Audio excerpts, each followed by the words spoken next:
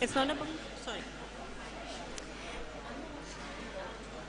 Sorry, it's a talk across the decade, discovering new dimensions and new histories. Our moderator for today's session is Saba Karim Khan. Saba Karim Khan is an author, award-winning filmmaker, and an educator whose writing has appeared in The Guardian, The Independent, HuffPost, Dawn, The Friday Times, and Express Tribune. She has studied anthropology at the University of Oxford and works at NIU Abu Dhabi. Please join me in welcoming Saba and the rest of the speakers, please. Thank you.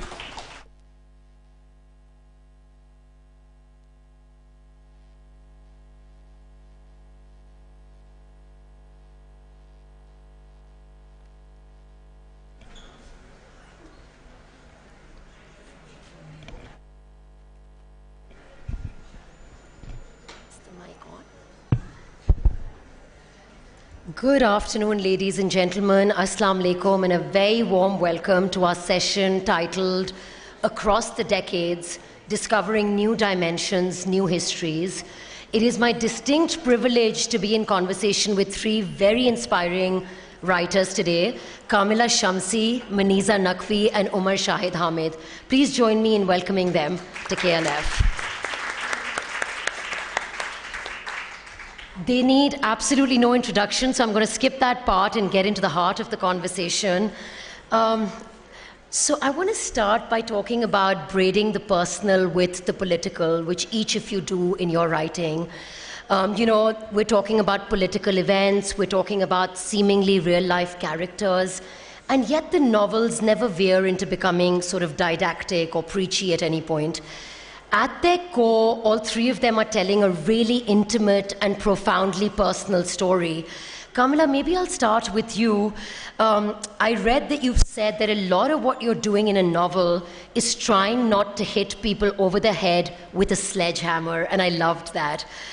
How do you create the architecture of such a novel where you're pulling threads from reality, but it's not turning into a sort of moralizing lesson, if you will? Let's start there.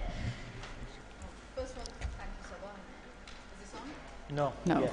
Now it's on. Thank you, Saba, and thank you to all of you for being here. I think part of the appeal of a novel for me is that you don't have, it is the opposite of polemic. It's generally a range of characters with a range of different views on things. And if you're going to write the novel properly, you have to fully inhabit whoever you are writing about. And sometimes in an early draft, there'll be the things I want to say. There's some point I want to make, and so it'll come out of someone's mouth. And then you go back and reread, and those bits always stick out. You know, there's a sort of ugliness to it. It doesn't feel natural to the novel. It doesn't feel it's coming from the novel into the world. It's coming from you. And ideally, the writer should sort of disappear in a novel, and it should be about the characters and what they're doing. So wherever I'm starting from, so the starting ground will be, this is set, here's a novel, it's starting in Nagasaki, the bomb is about to fall. There are certain interests that novel has, but beyond that, I'm interested in who are we looking at? We're not looking at the bomb. We're looking at, in this case, in the case of Burnt Shadows, we're looking at Hiroko Tanaka, who's a 19-year-old woman who is young, in love, and imagining one kind of a future. And then my interest becomes in her. I think the novel itself does a lot of the work, the form of it. If you say to yourself, I want this novel to be the best novel it can be, rather than I want this novel to be a vehicle for a certain point I want to make, then you're on pretty safe ground. And of course, the thing with writers is we get to write in different ways. I get to stand up sometimes and make a speech, do a lecture, write an article. I can be very, blunt. I can be the sledgehammer when I'm doing that. I can say, this is the point, here are my arguments. The novel for me is often actually a place of discovery. I don't write a novel because there's something I want to say. I write a novel because there's something I want to explore, and I'm a better human being, I think, when I write a novel, which is to say I'm much more open to all kinds of viewpoints. In life, I can be sort of, oh my God, I can't believe that, this person voted that way or thinks that way on a subject. When I'm writing a novel, I don't at all feel that. I think, oh, how interesting. Yeah. This is someone who would vote that way. Let me get inside them. Yeah, thank you, Kamila. Omar, I'm going to bring you in here. So in one of Omar's interviews, I was reading the interviewer was describing the experience of interviewing Omar. And I'm going to share what he wrote. He said, "We discussed the relationship between writing novels and working as a police officer. Throughout the interview, Omar would elaborate a delicate literary point, attend a call, give instructions on how to conduct a raid on criminals by using unmarked vehicles, and resume the discussion on literature." Omar, these two worlds, it would be fair to say, are fairly inextricably linked for you, and I think you've said that I can safely say that had I never been in the police, I would never have been a writer. Talk about the relationship between both of these aspects of your life and how they kind of seep fairly seamlessly into each other. So I'd like to clarify first that when that interview was done, it was well before 2022. So no raids by unmarked vehicles by me recently.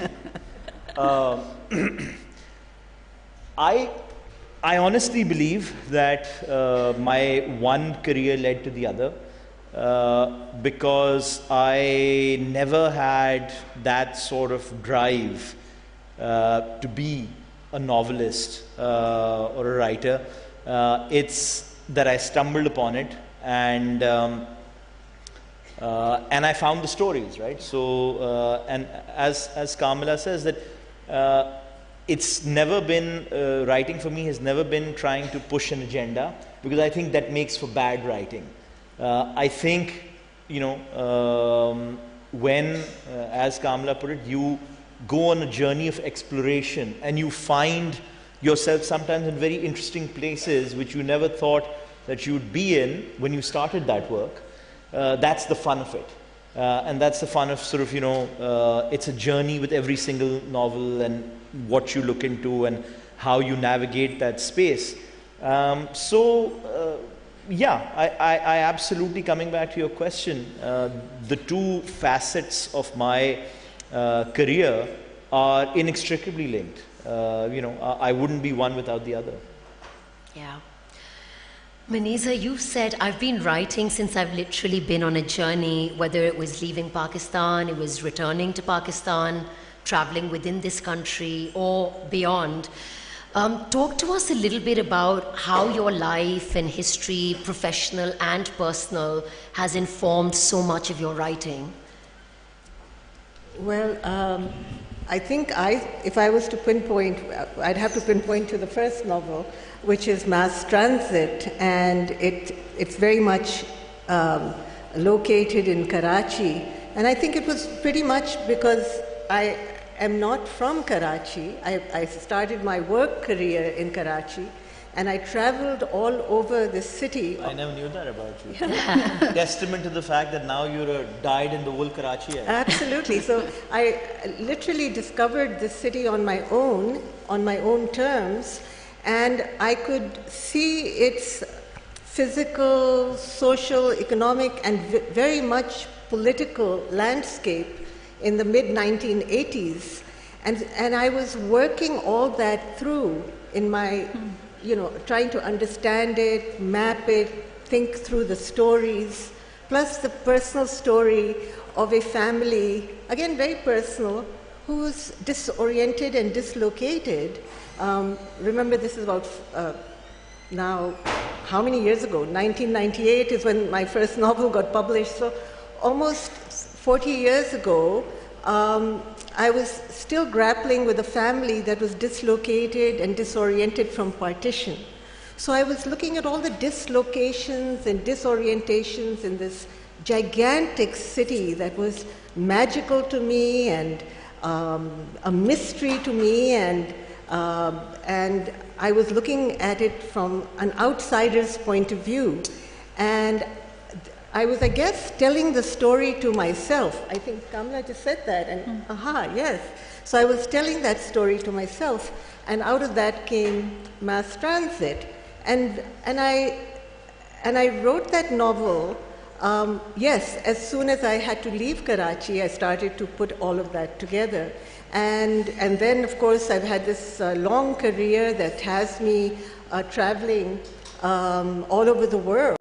And I wonder if I would have written the kind of things I did, which are very political, had it not been for my profession, which in my profession I was expected to be in a certain way, but my heart was rebelling against that way of being very bureaucratic or having an agenda. And so the non-agenda resistance and rebellion was actually showing up in my novels. So, yes. Thanks, Maniza. Kamila, in your earlier writing, there is, in lots of your writing, there is a deep affinity for the city. Maniza's just talked about Karachi. And, you know, one can't help but really notice the attention to detail. And as a reader of your work, I've always received it in this very sensory manner when it comes to Karachi, which is deeply inspiring.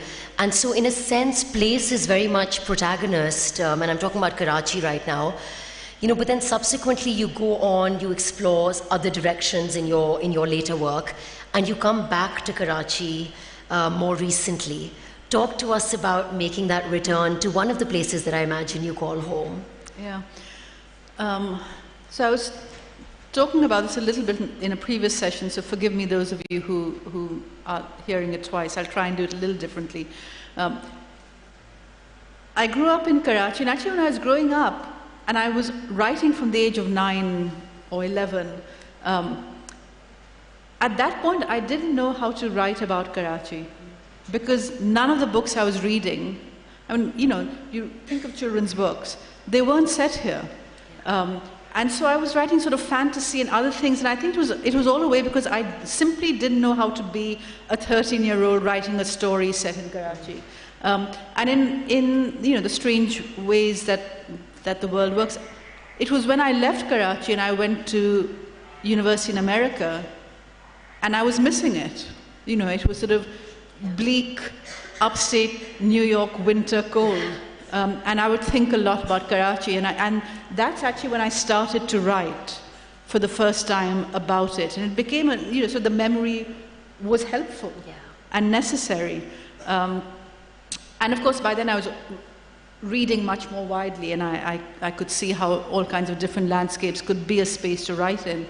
And there was a real excitement as well. And Maniza, you know this because we were, you know, writing not that long, but to feeling yourself writing about this extraordinary city, which in English language fiction hadn't much been written about, you know. And Omar, when you started doing it, you were writing about a bit of it, which is a huge part of it, which hadn't been written about. And it felt so thrilling, you know, that no one has written about this street or this year or anything.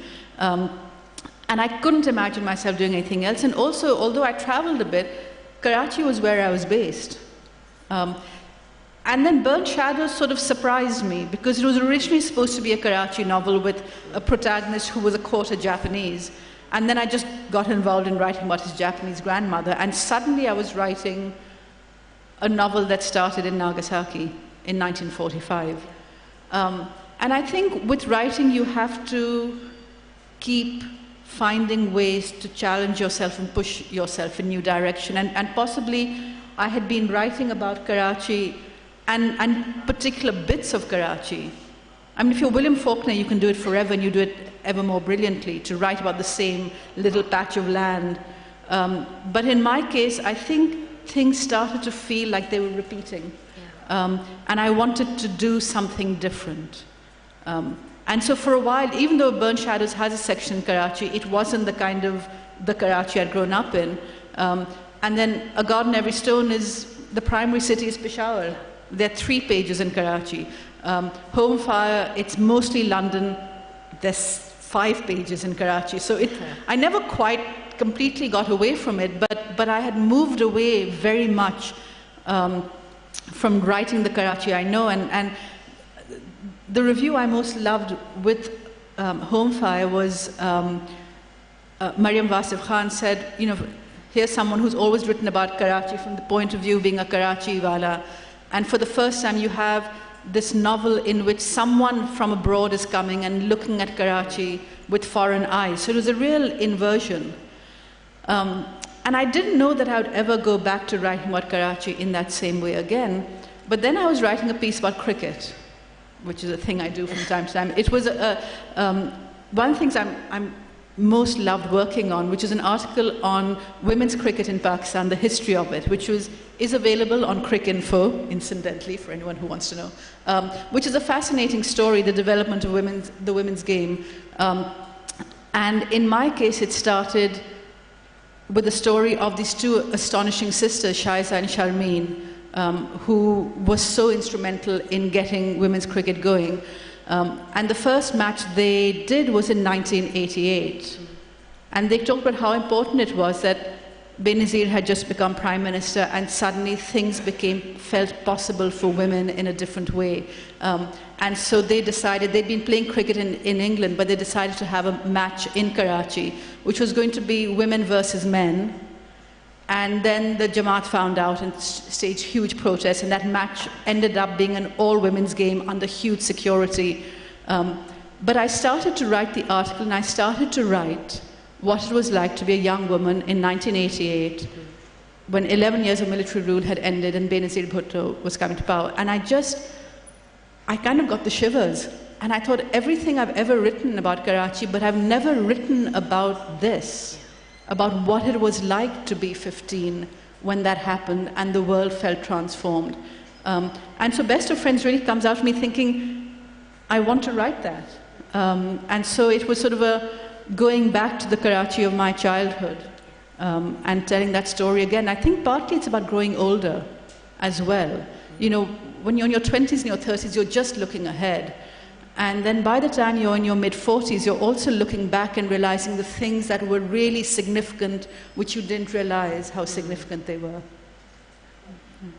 Yeah.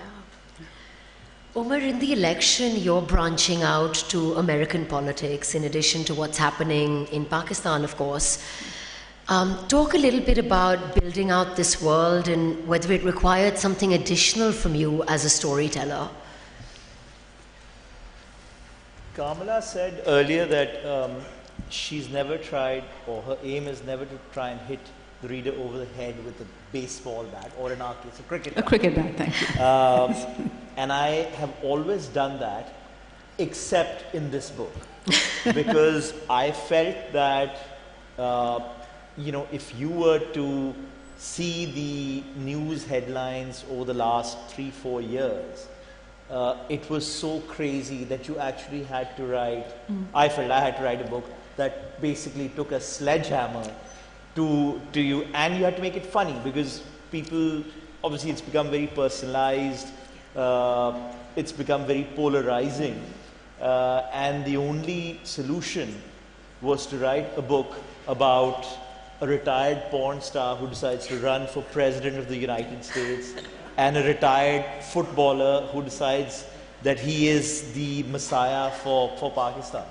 And that's, you know, that was the only reason, or the only way I thought that you could tell that story. And I remember having this conversation with my then agent when I sent her the draft. And I said, well, I didn't hear back from her for a couple of weeks, and then I sort of called her. I said, well, what did you think? She said, yeah, it's nice, it's interesting, I get it, it's funny, but here's the thing, like all the stuff you've written, right?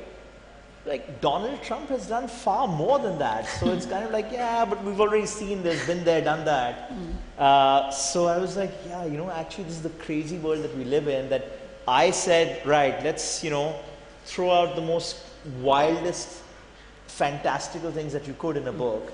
And Trump said, hold my beer, I'll top that.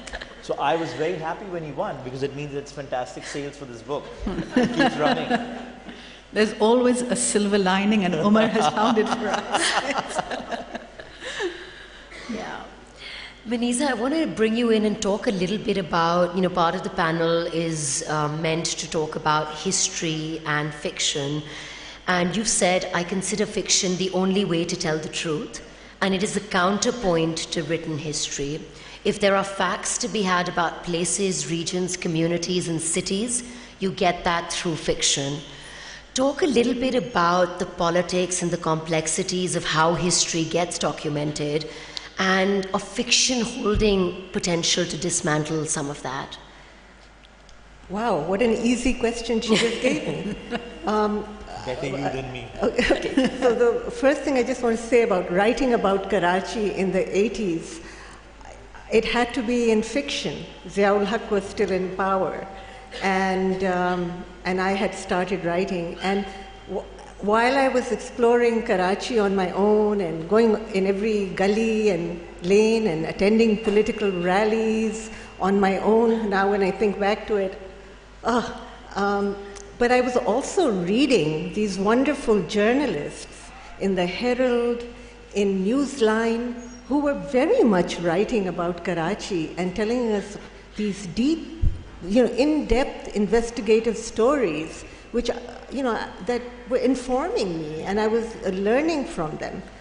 And about fiction being the only way to tell the truth, I think that feeds into it, because my experience of Pakistan has been martial laws and draconian laws on freedom of speech. You guys have it easy now in comparison. And so the only way to be able to talk about all of it, the missing people, the fact that there was going to be a movement coming, that it was going to come from the street, for people playing cricket, and the rise of the MQM, the only way to do that was through fiction. And then that was my first novel, but my most recent novel, The Inn, was being written while I was in Washington, D.C., and just marinated in these liberal-minded people who thought they were liberal, people who thought they were progressive, but they were so sanctimonious and so unwilling to take responsibility for the havoc they had wreaked in the name of justice and being progressive. And so The Inn is full of these characters that now seem to me, now that Trump is back again, and even the first time he came, that it was bound to happen. If these conversations that, I've sort of written down as the characters are talking to each other in The Inn, if all that panned out, someone like Trump was inevitable. Yeah. So yes, so the fiction is the only way that I think we do come. There is never a truth. There's never one huge truth, or maybe there is, but just in case there isn't, it's the closest approximation that we get to. The closest way we can touch it is through telling of these stories. Although I have a question about that, which is because I have said some version of this myself. And then, I sort of sit around and I know people who are journalists, who are historians, who are getting at the truth very much. And at some point it occurred to me, maybe it's not that this is the best way of getting at the truth. Maybe it is the way my brain knows how to do it. But I think it's an interesting thing that what is there in our brains that, because you could have been writing nonfiction, maybe. Not very successfully, but yeah. But you could have made a decision, that because, I could say, well, not very much interesting has happened in my life, I have to make it up, but this is not true of Omar. Far too interesting things have happened. Why do we go towards fiction then? that is the question that is increasingly interesting to me, that what is there in our brains that says, because there's some people who write fiction in a way that is escapist and fantasy. Yeah. We're clearly all very interested in how the world works, how power works. But you know, I think for all of us, fiction is the thing that kind of is the unifying factor and also opens up your story to a much wider audience. Right? So you could write a non-fiction book about the politics or whatever of Karachi. As you said, that for a very, very long time in our lives, you just couldn't do that, right? Or you could do it through fiction, which also kind of opens that up to a much wider audience, right? A younger audience, an older audience, a more mixed audience, a more diverse audience. And also, I think in our case, this absence of a body of non-fiction about what all of us have been through, let's say as Karachians, over the past 40 years, means that anyone who's written a novel about Karachi, as the three of us have,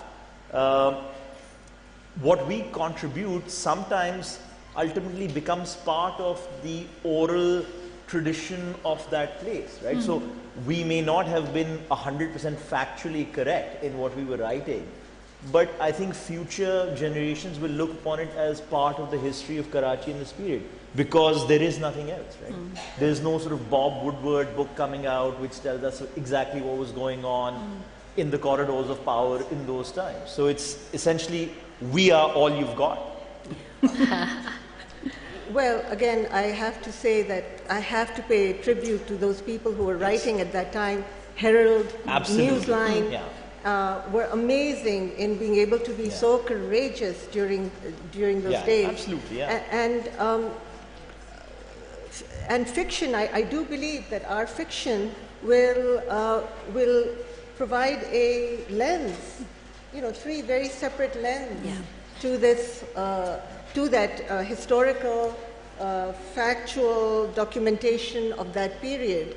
And to give a personal example of that, for 30 years in my professional work, I was writing reports about poverty and what a country looks like and how we would come in and help it, you know, prosper. And if it was left to me, I might have been writing those reports differently, but it wasn't left to me. And if I really wanted to understand a country, a new country where I hadn't been before, for example, Malawi, I wouldn't read only a World Bank report on it. I read the fiction of Malawi and the poetry of Malawi. One particular poem I read, don't ask me the name of the poet right now because I'm too nervous to remember, but I certainly remember what he wrote and what he was pointing at, the deep injustice in society, and which had come from generations of being colonized and enslaved, and he captured it in a poem. And I use that as my compass. And someday maybe, you know, or maybe already, people are using our writing as a compass. I hope. I would want that. So. Yeah. I'm going to pick off what Maniza and Omar both said. You know, we were talking about freedom of speech and the environment sort of being charged previously or, you know, I mean now. And there are obviously internal self-censors within all of us, and especially as storytellers, sometimes they're heightened. And I suppose it becomes salient when you're touching upon thorny, sensitive issues, as each of you are in your work. I'm curious to ask, and Omar, I'm going to put you on the spot here maybe, and start with you to say, are there any guardrails when you're thinking about crafting these worlds and writing your fiction? And does writing in English help to circumvent some of those fears of, you know, backlash or reaction and that sort of thing? Yeah, I think writing in English helps. Just ask Muhammad Hanif and his Urdu edition of Case of exploding mangoes. It helps. Sorry, I'm sorry. I was trying to articulate my answer. I don't think there are guardrails because at the end, I think it comes back to Kamila's earlier point about whether you decide to write as an activist, so this is something that I want to highlight, or whether you write as an explorer, kind of exploring themes and seeing where things go. And I think the three of us fall into the latter category. And so I think when you're doing it that way, you don't really think about guardrails, whereas presumably if you're doing it in the sort of first way, the guardrail issue and censorship or self-censorship may become more of an issue. I think when you're kind of doing it the way that we do it, you just kind of, the story moves you. You kind of go along with it rather than kind of hammering on to a particular point. Yeah. Please. On the guardrails, I'll go back to my first novel, Mass Transit. It had a very different epilogue. And Oxford asked me, my editors at Oxford Press told me that I would have to change it because there was no way that they could sit in Karachi and publish that novel if they wanted their building to survive the next day. And I was a little bit shocked by that because I didn't see anything that troubling. I saw where they were going with that, but times were so bad. So I think an important aspect is when you write, right? So I think when I wrote my first book, The Prisoner, which was fantastic, Omar. Thank you. You needed to write a sequel to that. It came out at a period of time. It came out, I think, in 2013, which was the end of this sort of almost 35-year era of the MQM and Karachi politics being dominated in that way. And obviously when you wrote your book, that was smack bang in the middle of it. And I think that when The Prisoner came out, a lot of people said that, do you think that there's an issue over it? But I think that time had passed, right? Because that era was just breaking, that party or that phenomenon was on the downward slope, whereas when you wrote, they were very much on the upward slope or at the peak of their power. So I think it makes a lot of difference at what point in time that particular piece comes out. Yeah. I mean, I've always said, and this continues to be true, I've never wanted to write something and thought, no, I can't because it's dangerous. However, my view on what that meant changed a number of years ago. I was interviewing a panelist of writers from Singapore. I was in London, and I brought up in a sort of cautious manner, but I wanted to bring it up. We were in a building called the Free Word Center, and so I sort of brought up a similar question of are there things that you would shy away from or not write about. And I think there were 5 writers on the panel, and 4 of them said, we can write about anything. Look, I've written about this, I've written about that. They talked about many things they'd written about, and none of them was the politics of Singapore. But they were speaking very honestly that they were writing about all kinds of things that might be considered controversial. And the 5th writer, who was the oldest of them, he said, you see, the way it works is we internalize certain kinds of censorship so early and so deep that it never even comes into our conscious brain to think, let me write about this, and then you have to say, no, I won't. Before it can even be a conscious thought, we are stopped. That's how real censorship works.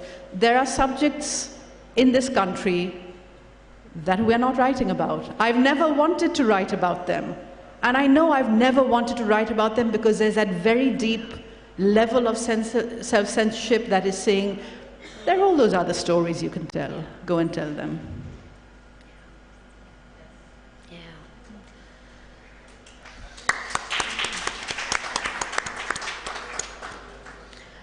Maniza, your book, A Guest in the House, it chronicles the time that you spent at the Pioneer Book House. And the story is absolutely fascinating. You've said that it's about Karachi, but it's about trying to keep a bookshop from shutting down. And then I went in and I went down a hole reading all about it when I was prepping for this. Share that story with our audience and tell us how you wove it into the basis of the book. Again, it was December 2016, and guess who had just been elected in the United States? And it was just a time of thinking, well, what can I do about anything? If he knew how much we were talking about it, he'd find a way to monetize it. He would love it, and he would monetize it. He'd make a novel great again.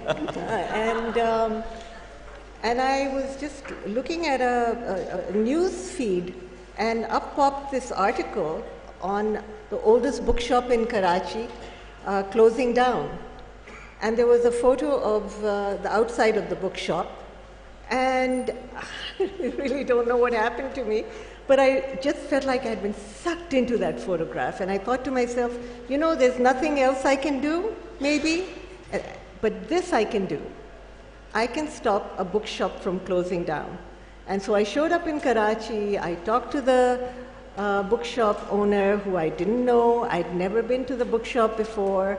And he said, "Are you here to buy the bookshop? Because I'm selling the space because I can't run it, and there's a real estate agent I'm waiting for. He's going to show up any minute. So you're wasting my time, basically. But if you're here to buy the bookshop, please go ahead and buy it." And I went into this long story about, please don't sell it, and a bookshop, and the meaning of a bookshop, and so forth and so on. And he kept up this litany of, if you can buy it, somebody's going to come and buy it, turn it into a biryani shop. And anyways, I kept talking to him. I chewed off his ear. I went back day after day for 4 days. On the 4th day, the man finally relented. He's one of my best friends now. It's 9 years later, and he watched me clean this whole place up. Every time he tried to get up to move a hand and help me, I said, no. You keep sitting. I'll do this, because I had the best time of my life. I'd never done anything, with my own hands, clean up a whole 2-story shop, feel like I was succeeding at it, and telling the story while I was doing it to get people to come and help me, and to come and buy things from the shop. And now it's 9 years later. The shop is still in the hands of the people who've owned it for now 78 years. Wow. So it was just, it was a chance I got, and I took it, and it worked. So, yeah, so that's the book. From that very exciting story, I'm moving on to something more mundane, which is AI. And I want to talk about, obviously AI is all the buzz now. And there are fears and apprehensions, but there's also ambition and, kind of people thinking it might open up spaces. Kamila, I want to bring you in and ask, how do you see the relationship between technology and creativity and sort of AI coming into the picture? We're living in an age of hypercapitalism, so I don't think it's going to be anything, that has that much money attached to this is going to be primarily interested in opening people's creativity. I think we should all be very worried. But I think there's also excitement, of course, because, medically the things that might be possible will be fantastically interesting. But it's also, there's a wonderful book out called Code Dependent, not Codependent, but Code Dependent, by a woman called Madhumita Murgia. And one thing she was looking at it was the way that AI is replicating existing structures of power. So that that AI basically is built for the majority, and it's trained for the majority. And there are ways in which the kind of imbalances in power that exists are continuing to be replicated. But there was one story that particularly caught my interest, which was she spoke to a doctor who was working in India in a very remote area where there were no other doctors right around her. And she said, usually if you want to be working in a hospital with other people or a clinic, so if there's a difficult case, you go down the hall and you knock on a colleague's door and you say, look at these test results, what do you think? And you have a discussion. She said, I couldn't do that. But then there was this AI tool which, you could feed in symptoms and it would feed back what it thought was going on. And she said, it was enormously helpful to me. And I use it a lot. She said, but then I noticed one day that I fed in something and it gave me what couldn't be a correct diagnosis, because I knew from my years of clinical study that its diagnosis was wrong because it wasn't taking into account this piece of knowledge I have. So it could be that if you have this, if X doesn't exist, then Y is not the diagnosis. She said this AI app did not have that information. So it was giving me a wrong diagnosis. She said, then I wrote to the people the creators of the app, and I told them and they corrected it, and so now the app will do it. She said, the thing is, because I grew up before AI, I know that AI is something to question. So I don't take its diagnosis as fact. I take it as the way I would take the doctor down the hall. It's a useful tool, but I have a different set of tools. She said, my worry is people who are now, a younger generation of doctors, are being trained with this app as their teacher, and they will not know how to question it. And I think the most important thing actually with AI is that we need to have the tools of saying, you are fallible too. Yeah. That if ChatGPT is throwing a question at me, it's not interesting. I did an interesting thing that interested me the other day. I'd been interviewing last year at a panel much like this. I interviewed the Nobel laureate Abdul Razak Gurnah. And a friend said to me, go to ChatGPT and ask it, what question should I ask Abdul Razak Gurnah, and tell me what its responses look like. And I looked at the responses and I said, they look like the responses of someone who has never read Abdul Razak Gurnah, but have read 3 or 4 or 5 critical essays on him. They are generic, they're not wrong, and they're not terrible. But they have no personal element, and nothing in it suggests that there is an intelligence that has engaged with this work and been interested by it. I think within 2 years that will change, and AI will possibly have as good questions as I could come up with. Maybe not me, because I'm a writer, so I can ask very, very specifically writerly questions, but I think the speed at which this is going to be extraordinary, and will be mostly terrifying, but also exciting in a lot of ways. Yeah. As a child of the 1980s, brought up on Arnold Schwarzenegger movies, I am never going to think that AI is a good thing. They're going to take over ultimately. I also have, recently someone asked me this, that have you ever used AI in your writing? And for some reason, I was very offended by the question.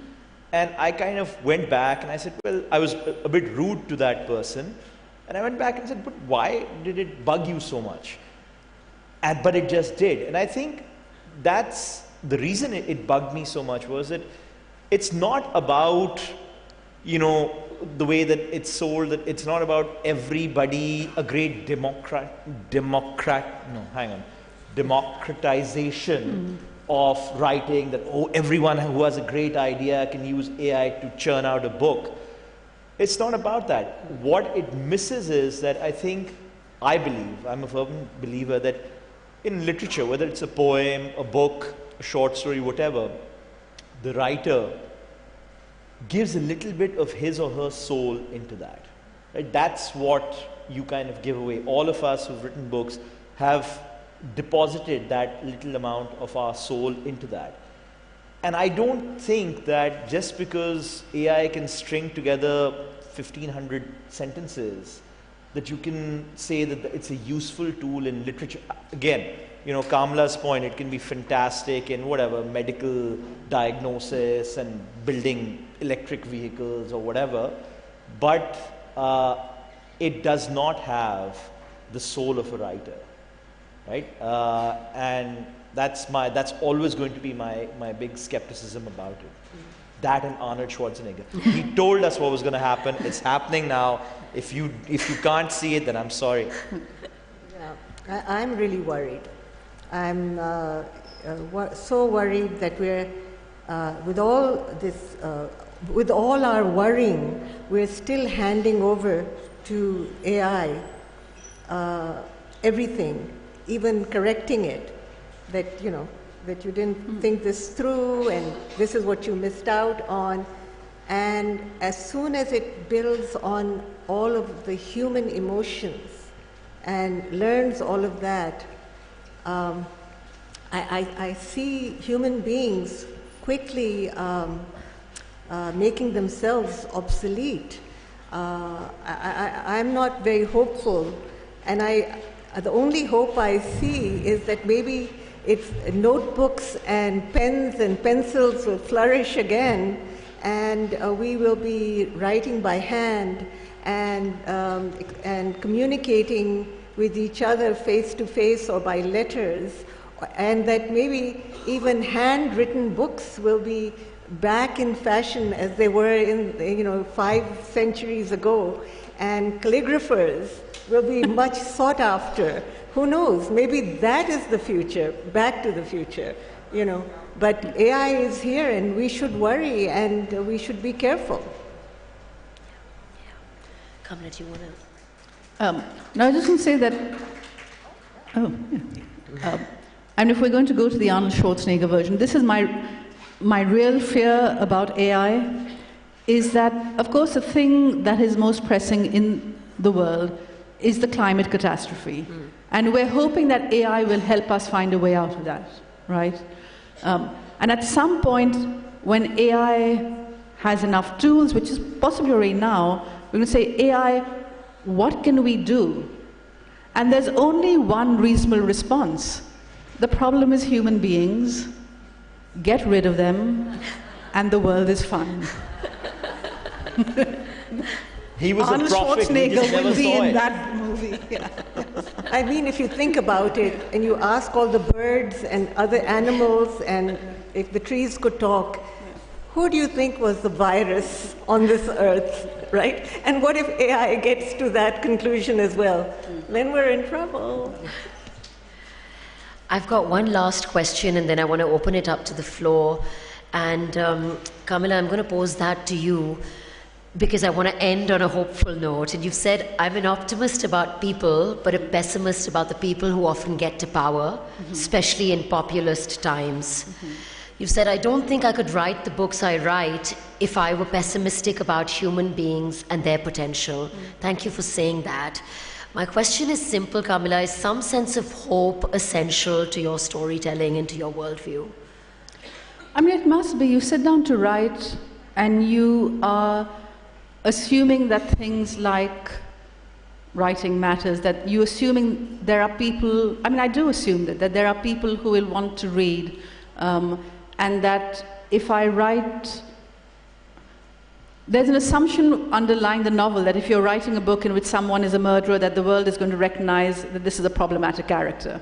But there is the act of creation is wondrous.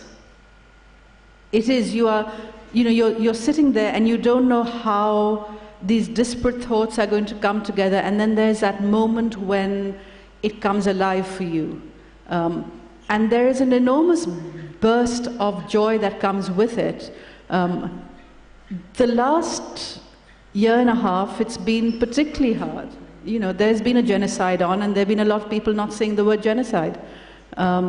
It's very hard to be optimistic about people, even, actually, when you see how many people will not say what is happening, or will not call it by its name, or will simply turn history in some odd way to make it not be what it is.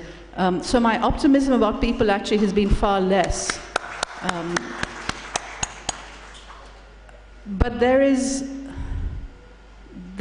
always that sense that when you sit down, or when someone comes up to you, I mean, it's happened to me this weekend, when someone comes up to you and says, I read your book and it was meaningful.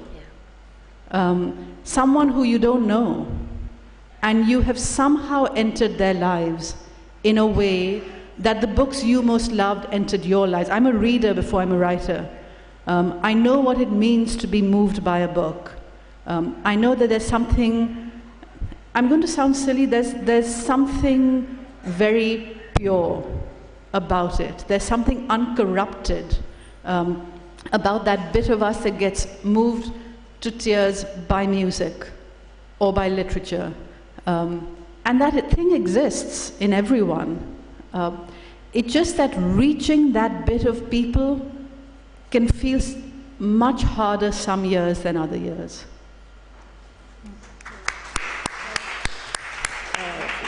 Really well said, Kamila. I think,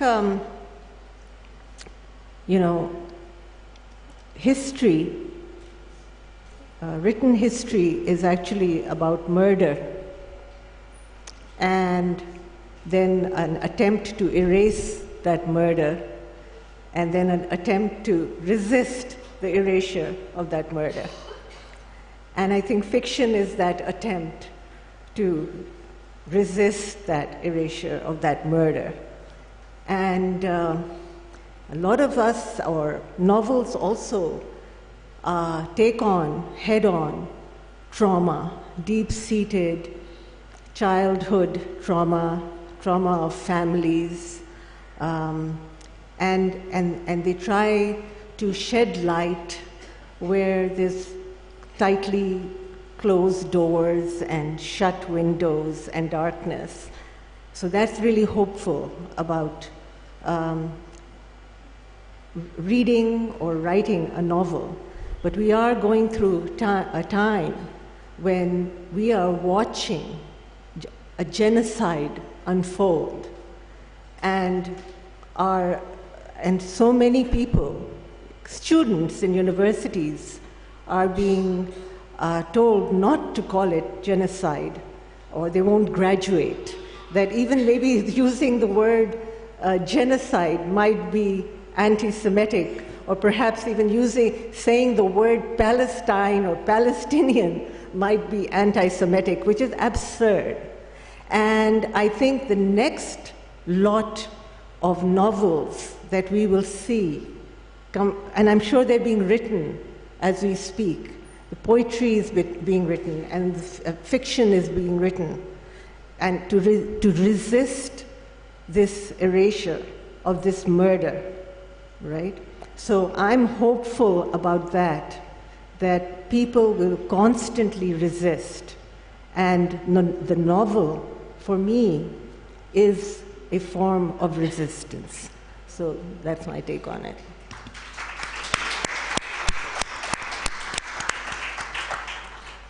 Oh, you want me to? Final These words? two are optimists. I'm a pessimist. If the audience heard my views, half of them would want to go home and kill themselves. So I think we should move on to questions.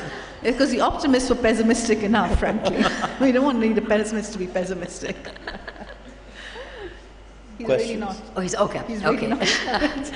I'm gonna open it up to the floor. So if you have a question, please raise your hand, and a mic will be brought to you. We've silenced Yes, everyone. we've got somebody in the front row, and then we'll come to the back. Thank you. It's more of a comment rather than a question. First of all, thank you for writing about Karachi. For us living outside of Karachi, outside of Pakistan, it's great. And the second is, you guys talked about it, when my kids asked me, how was Karachi when you were living there? I direct them to your books. So thank you for that. Thank you. I think there's a question at the back. Could we have a mic there? Yes, thank you. Hi, my name is Maheen. So my question is just for the panel. So the act of writing fiction, the process of writing fiction, a lot of the times it's an act of borrowing, right? You're borrowing from history, you're borrowing, if you're writing a story about a group of people, right? You're borrowing different perspectives because not everything can come from your own solitary perspective as a writer, right? Has that process of borrowing ever felt exploitative as an author, or can it ever feel exploitative? So first of all, borrowing implies you're giving back. We don't borrow, we take. It's like one of those World Bank loans. Exactly. Exactly. Or if you're my friend, you can be sure that you will appear, or something you said will appear in something I'm going to write in the future. So I will borrow from you. So, you know. It's not a straightforward question. It's complicated. I think every writer has to answer that for themselves at various points. You know, that what are you using? Sometimes it's, do you have a right to other people's personal stories, which they'll recognize as their personal stories?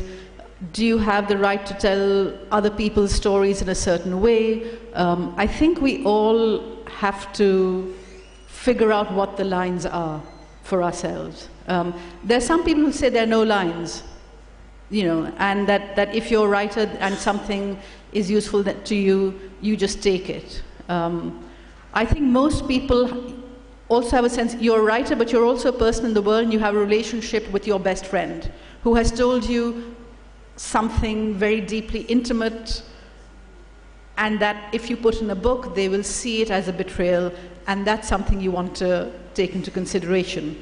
But there's a close friend of mine who's a writer, and one day she was having an argument with a friend, and her friend said, and the worst part is, one day you'll put this in a book. And my friend said, well, I might, but you'll never know, because the way this will appear in the book will be in the thought someone is having about a butterfly. So there's also that there's what you take in the world, from the world, and then there is the question of what you do with it and how you represent it. And that, of course, is part of the craft of writing, is what you actually do with the material. Yeah, I think that's very important, right? That it's, I look at it this way. There are stories out there, and there are stories that are sort of shouting out to be told. Not everyone will be able to tell their own story. If I have a skill, I would like those stories to kind of be told to a wider audience. Having said that, now in all the conversations I have with my friends, they all start with, oh, you're going to put this in a book. And I tell them, yeah, most likely I will. So, yeah, but, you know, as Kamila said, I think every writer has to find that justification or balance, whichever way you look at it.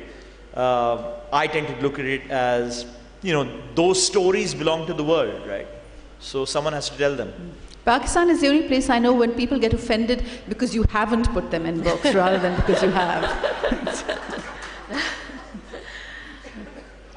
Do we have any other questions? There's a question there. Could we get a mic there, please? Right there at the back, on the side, sorry.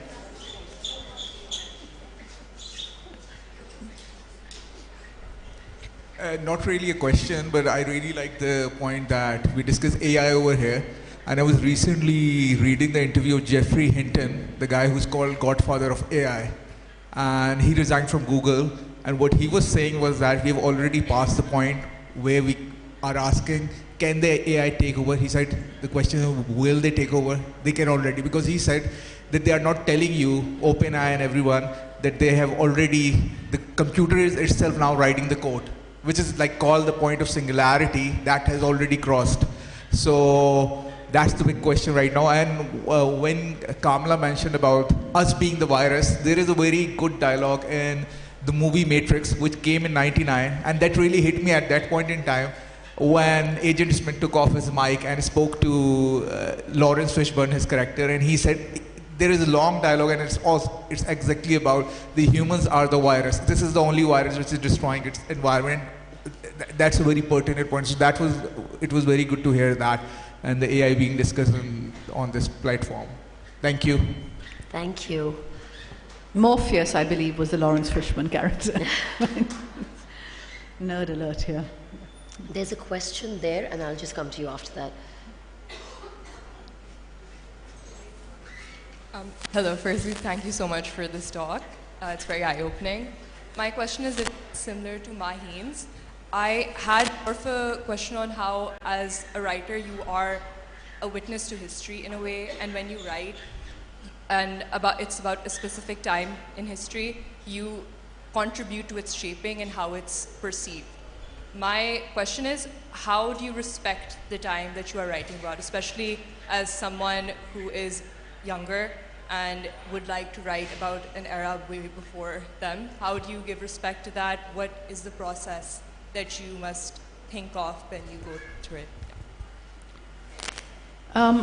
First of all, it's not very useful when you're writing to start thinking very grandly.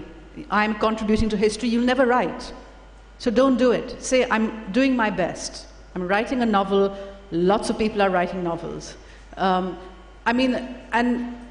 it's a very serious point, because a lot of people I know never write a book because it feels that they're doing this thing that is too large, that it's, that the responsibility of it is too much.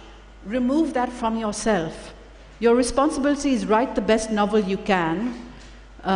In order to write the best novel you can, if you're writing a historical period, one of the ways of writing the best novel you can is to do as much research as you can. Not about everything in the time period, but about the things that are useful for you. Be guided by, what do I need to do to make this the best possible novel? That question actually sees you through all kinds of large existential questions. And then just sit and write it, and then show it to people. If there are problems, listen to what they have to say. But don't put too many vast boulders on your shoulders before you start. Boulders on your shoulders, sorry. Before you start the act of writing, just write the thing first. I think we have another question here. I'll take the last question. Could we get a mic here, please? Thank you.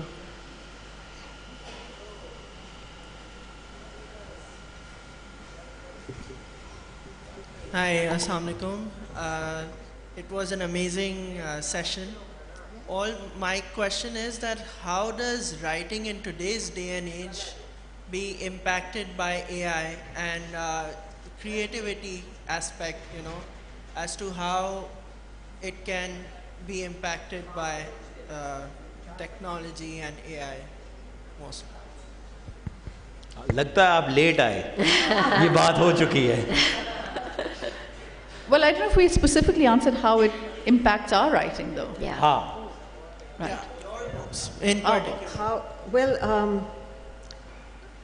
Right now, I am in the process of writing something. I don't know what it's going to be, but I am acutely aware, because I am writing on a laptop, I am acutely aware that maybe I'm teaching AI, and that things are going to start appearing on my social media,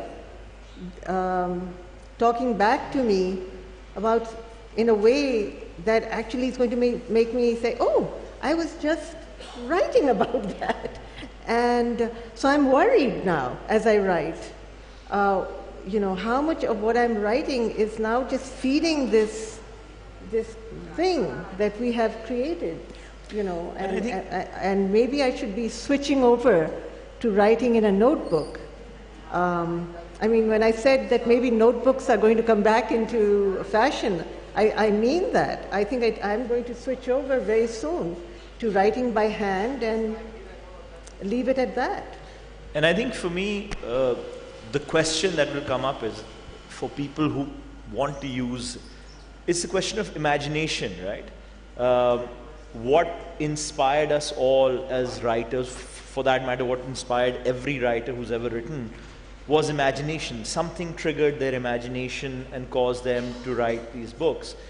But if you're not really using your imagination, it's something that you're being aided in, then how does your imagination develop? Right? So of course AI can probably do it a lot better than someone who's trying to come up with a plot of a fantasy novel, let's say. But how will you nurture human imagination, which is what got us to this point in the first place, right? I will quickly say this. I know we are almost out of time. I suspect if 25 years ago someone had said, and how will you use Google, we would be giving similar sort of... I use Google all the time now. My books from Burnt Shadows would not have been possible if Google wasn't around to give me all kinds of information. So, I mean, AI as well, we use it we'll figure out, it's what writers do. We figure out, how is this useful? As many as are saying, we are also being useful. I know my novels have been, this is not conjecture, this is fact. My novels are among the millions that have been used to train AI. So AI has been using me. If AI becomes useful, I will use AI.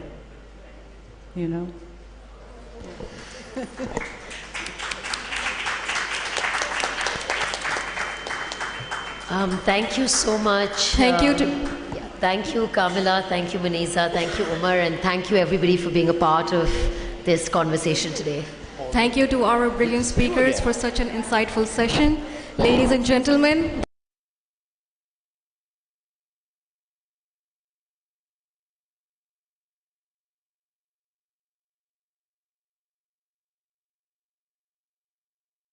a book launch.